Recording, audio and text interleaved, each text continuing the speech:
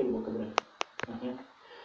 Aannan callisuu dadhabee eegalanii maal qaba yoo tokko itti kan hawaasa kanatti gadhiisee biraa dhabame jedhee murteeffadhee hojjete kiilolee balbaa maali geetaawwan galataa naqamte abbaa mana kiilolee mana muuziqaa kiilolee agaratu udinaa gadhiise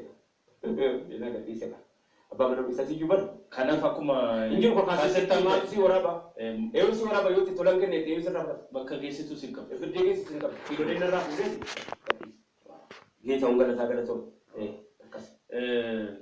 wadaloon suni wanni inni irratti naanna'u misooma biyyoo nyaata sooma keessattuu misooma gaafi dhuguma misoomni yoo barbaadama ta'e wanni amma yeroo ammaa kana keessa baadiyyaa keessatti ramadamee meeshaa maashinii adda addaa Argee baalee fi arsii qofa oomishinaan biyya guutuu nyaachisuun biyya guutuu keenya Itoophiyaa qofa rakkibo baalee fi arsii qofti nu ga'amu hin barbaannu kan biraa deemtee keessa namni baalee fi arsii beeku qamadii biyyoota lamman kana keessaa ba'uun Itoophiyaan jiraatti beekan guutuun Itoophiyaa dhibba keessaa gara 60% kana hundi shaffannee wantanii walitti kabar godheetti kan inni jiraachisaa jiru. Utuu silaa oomishame lafti duwwaa jiru immoo utuu immoo qotame amma ittiin qotamte iyyuu kana baase miti utuu immoo qotame akka qabaate bakka qabaate. Sigalee baaleen eega waggaa meeqaatii birrii irraa nyaatu mana jedhu amaree faraa jalqabame kun waggaa shanan kana keessa. Ani amma kana keessatti gaaliin naammadhu maaliif qamadiin achi ba'aadhaan immoo gaafina nama qabu. Maaliif mokoroonii yoo achi ba'e maal qabu? Maal maashinii mokoroonii nu hawaasa keenya gargaaroo paastaa yoo achitti hojjetanii muramee hawaasa keenya godhanii maal qaba qamadii dheedhii maaliif erginama? Silatti soo paastaa maaf mokoroonii? Innoo paastaa mokoroonii isaa gara fuulduriinsa. Innoo yoo kana hojjetame maashinii kana paastaa maashinii mokoroonii baaleedhaan yoo baalee paastaa baalee mokoroonii si galeemi? Inni biraan baay'ee raayyaan kan irratti xiyyeeffatu dhimma barnootaati akka sila kaastee manzumaa kee keessattis dhimma barnootaa himtaa innumaan Taaddalaa artistii Taaddalaa Gammachuuraas gaafan dhagahu anuu wallisuudhaaf deemnaan lakki galiin wallee kana keessa ati xiqqaadha lakki barumsa baradhuuti kottu raayyaa abbaa maccaa fi barnoota akkamitti ilaala? Akkan ta'e hin ta'inii kan waan ta'e beeka barnoota dhabuudhaan. Si galeera bara 84 itti fakkaata 84 maayii irratti ibidda sana keessatti baandiin keenya baandiin bilisummaatiif baandii gadaa waltaanee ispoonsara barbaannee ijoollee Oromoo nama 15 eebbisiifannee ture. Jirtuu jalana mee jirtuun sun yana bira jiraatu warri kun 15 gaafa sanaa jirtuu moo dhumtanii jiran galmee tokko irratti galmaa'aniiti gamtoomni tokko oomishamee argame boxilaawwan gamtaa Gammachuu Magarsaa namoonni gurguddaan silaa jiran jedhaman Abdii Gimbii hayyoonni keenya hundi walitti ga'anii hirmaatanii yuunivarsiitii hunda keessaa walitti qabamanii nama 15,000 maxxansa tokko irratti maxxanfamanii ba'anii maxxansi sun eddeen iyyuu waan hin beeku. Amma gaafa 15,000 eebbifannu kumni kadhee 15 sun hin faca'amiti kumni 15 argamuu qabaarraan jalqabe 84 gaafa sana kan jenne eebbisiise fiiziksiidha jedhanii sibiila na baachisu keemistirii jedhanii dhukkeena lallaayisus baayoloojii jedhanii raammoo na funaansisu histiriidha jedhanii du'aa na lakkoofsisu ani maaliin godhanii tabbaan kan koo gabareettee sabbaa qonna qaree jedheetanii achirratti geerare. Diiduudhaa fi akkanumatti bareetti wama akka jedhanitti kennan kana hundayyuu baachuu malee akkan godhu hin qabu. So bara sana jechuudha fiiziksii jedhaniin kan inni bara sana jecha keessa gabu madaragii gubbaa. Barnoota kana irratti yeroo ammaa kana keessa ijoollee feesbuukiin barnootaa miti baratamee itti dhaqame ati baratamee itti dhaqame malee barnootaa miti jechuudhaan naaf. Waan wallee kana wajjin si gaafa dubbannu walleewwan albeemii muuziqaas hedduu akkati qabdu isa malee immoo ati hiriyaa artist Eebbisaa Addunyaa akkasumas jireenyaa Ilfinash Faazariuu fa'aa waliin turte. Amma namoonni hedduun isaanii lubbuudhaanis hin jiranii yeroo sana sirraa eebbisaan yeroo wareegamee situ beeka jedhan gaafa. Walumaan teenye mali. Walumaan Manuma tokko keessa jira. Guyyaa adda baanu hin jiru. Mana gama sana budaan gama kana budaan wal qoonnee isaaf biqilaa biyya ta'aa wajjin hin godhu. Anaa fi Maammadii Kadrii Maammadii Sheekaa Arargee wajjin jiraanna. Gaafa isaa rukutanu jalqabaa birmannaa anuma godhee dhuguma birmannaa dhaqeera yeroo dhaqu kana Maammadii Sheekaa wajjin jira. Namni maqaa isaa naasofne malee Maammadii Shoo'ee Biigalmoo gaara mul'ata. Maammadii na wajjin jira. Maammadii na wajjin jira booddee rasaasa wayii yaadata taanaan hin beeku nu jala dhufaasanii rasaasa. Akka nu qaraanni bahin baan. Jireenya jechuun namni si dhabamsiisuu barbaadu hin danda'u. Rabbi si dhabamsiisuu akka godhatu immoo hin jarjaru. Kana jidduu jiraan nafa. Eebbisaanii hospitaalatti booddee dhayinee qaqqabannee wanta jenne kana biratti kana booda dabalaa dhiyeenya kana hayyoo isaatii keessoo nama quba qabna walirraa kanneen beeku. Yeroo sana wallisuu qofa miti baandii gadaa keessattis immoo waltajjii fa'aa waan sana ceesifachuu jenneeti yeroo sana keessa inni kaaniin godhan maal nu goote biyya faranjii keessatti biyyi faranjii keenyaa karaa nu bananiiti si galee akkas hin deemtani akka namni beelu karaa gubbee namni jeessaniif akka namni asii gadi ari'amu wanni godhaniif qabsoo kana dhamaasuu keessaa tokko baqaaf karaa tolchuudha. Namni bakka itti baqatu qabu waan loluuf hin qabu. Namni bakka itti baqatu qabu. Namni bakka itti baqatu qabu sababa loluuf qaba. Inni bakka ta'u qabu akkana nu godhamee kunis immoo hojii manaati. Sa'aatii kana keessaa uummanni hiyyaa'aa immoo baandii kanaanii walleedhaan artiidhaan waan addaatiin hawaasa kana ceesifachuun daldala taane wareegama itti kafaluun dirqamuma ture. Dirqamuma keenya ture ofirratti fe'annee deemnee keessuma baananii.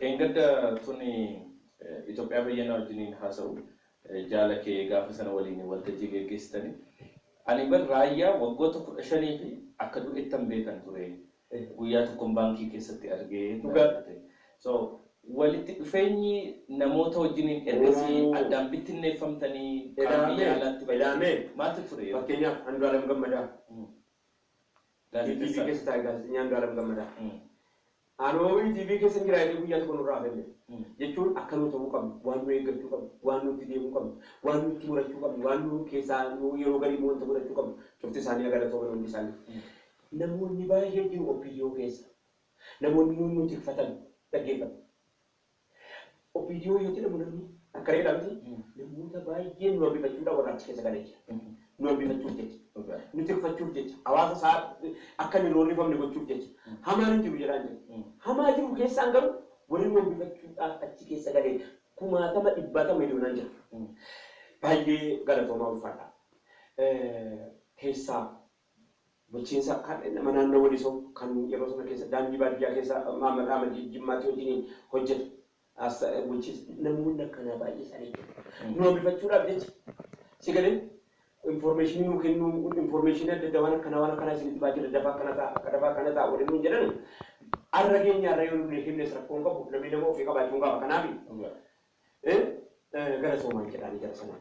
Muummicha ministeeraa amma Dr. Abiy Ahmed wajjinis wal quba qabdu turtanii. Wal quba qabna. Isaan amma Magarsaati wajjin fakkeenyaaf yeroo ani yeroo gadiinaan ari'atama.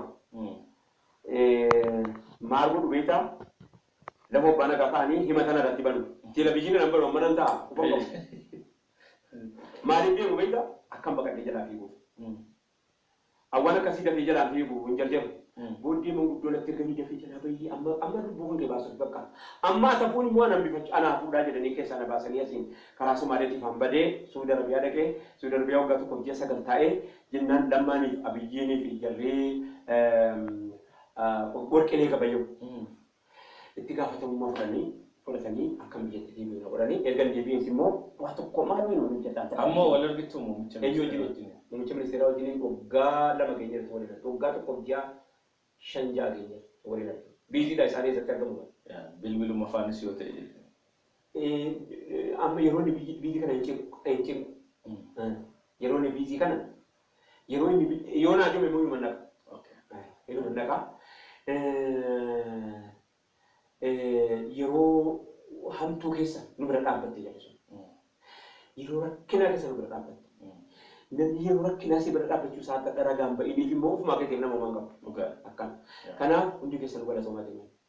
Wallee kee durii amma reediyoodhaan fa'aa yookiin bakka wayiitti fa'aa banamtee dhageessee beektaa? Maaltu sitti dhaga'ama? Maaltu qoyyinatti dhaga'ama? Uummata qoyyinatti dhaga'ama. Gaafa sana dhaqee dhaggeeffachee yaa deebi'u abbaan barbaadu. Abbaan irra dhaqee barbaadu. Yeroo sana keessa dhaqee dhaggeeffachee deebi'u. Utuun yeroo ammaa kana keessa yeroo sana jiran nu mangwa. Wallistoota ammaa kana kan dhaggeeffatta. Wallistoota ammaa walla keessa baay'ee dhaggeeffatu waan dirqii hojjetan immoo waan dirqamaan wal ilaame nyaata filattee nyaata waan dhaggeeffatu filattee dhaggeeffatu. Nyaata filattaa uffata filattaa kana moo kana miti. Tasuma fa'aa. Wallee jechuun information biyyattii jechuudha. Bakki gadi eessi bitti fakkeenyaaf Haile Sillaaseen dur shawaa maal jedheedha. Shawaa waan kana wallisaa jira. Yeroo isaa wallisaa jira.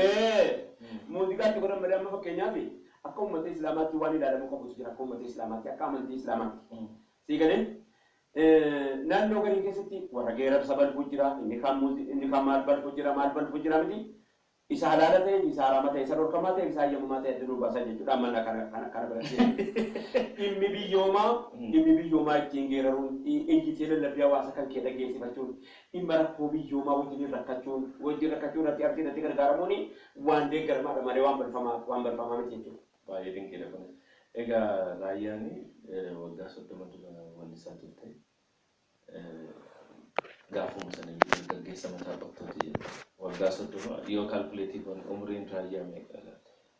Saafidde. Ana. Wanti kana deemee gadi baasuu. Abiyyiidha waggaa 40. Abiyyi waggaa 40. Aseetii barbaada. Maali kan meeqa ta'a? Maali kan biraayii maali? 42 ture. Moojisaa 42 turanii amma waggaa 5 47 Moojisaatii